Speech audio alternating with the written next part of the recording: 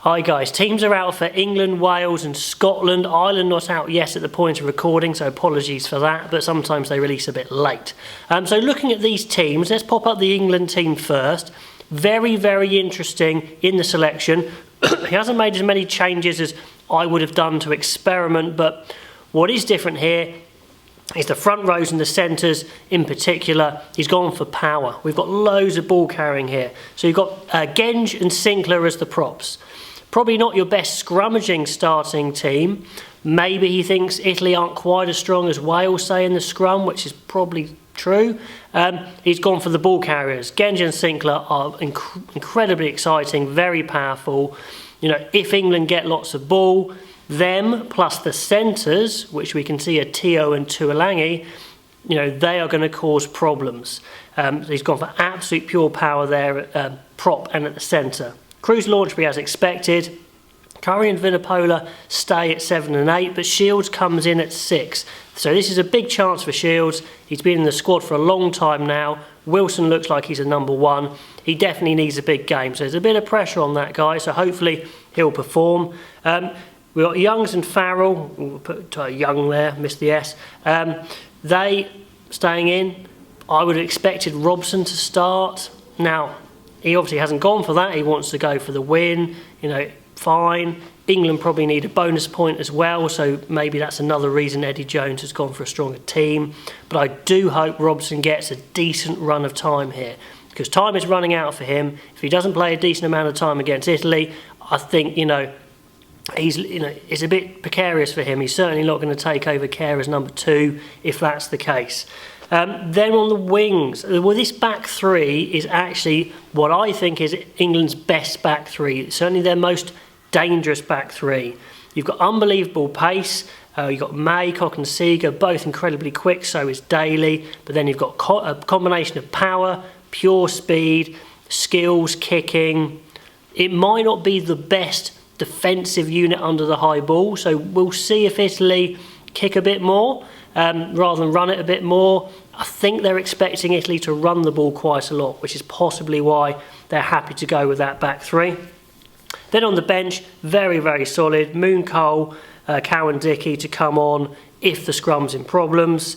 And then we've got Wilson and Hughes, which is interesting because that's 2 back rows. Maybe they're looking for Hughes to be that second row replacement once again. It's their best players, Wilson and Hughes. Yules is the natural replacement for second row, but he's not as good a player, I believe, as those two. So certainly very, high quality. Then Robson, Ford and Slade on the bench if they need them. A little light maybe in back three cover, but Slade can play fullback, I think, no problem. So yeah, they've kind of gone for their best players there rather than absolute positions. So tell me what you think.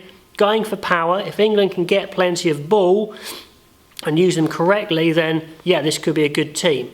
Or they could get caught out, maybe in the scrum, maybe through the lack of handling and kicking in the centres. We shall see. So let me know which way you go on that one. Then we've got Wales. So Wales literally only make one change to their starting 15. That's Beard coming in for Hill, who I believe is injured anyway. So it's pretty much as is.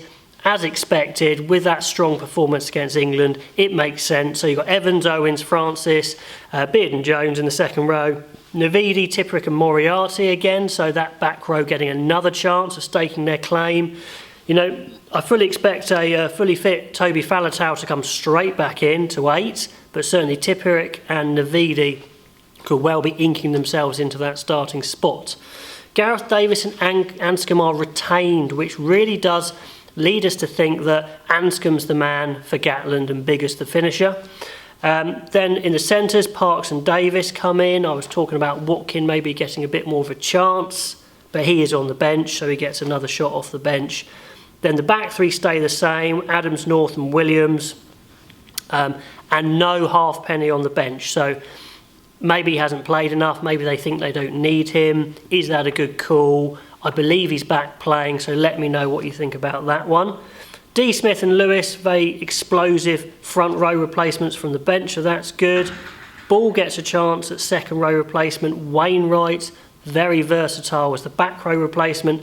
Then Aled Davis and Biggar as your half-back replacement. So Very, very strong team, nice and settled now, off a big win from England. So taking on the Welsh team, we have the Scottish team out now, and it is stronger than it was last game. Significantly stronger, actually. In the front row, you've got Nell coming straight back in there.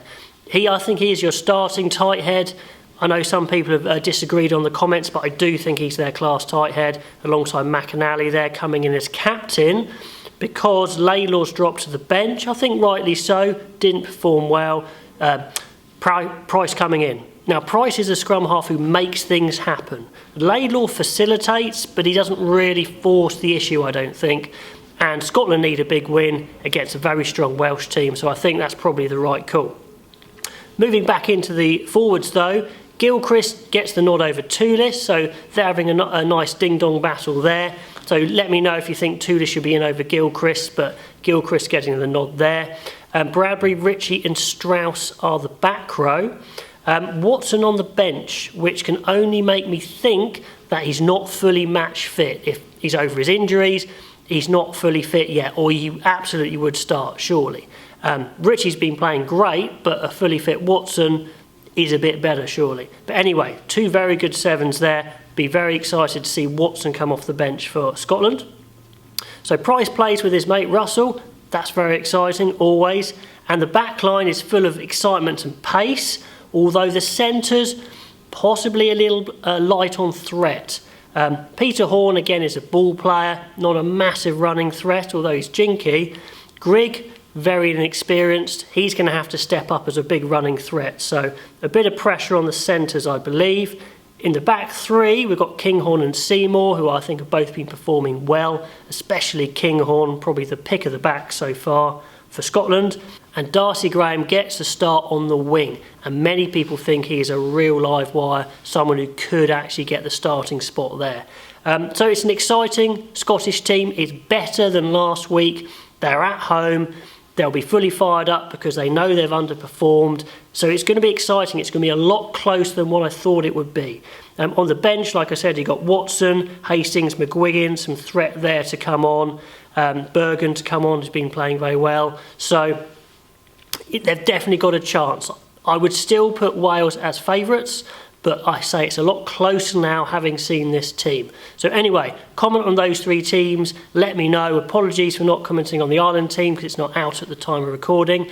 And I will be back after the games to see how it goes. Until then, I will see you later.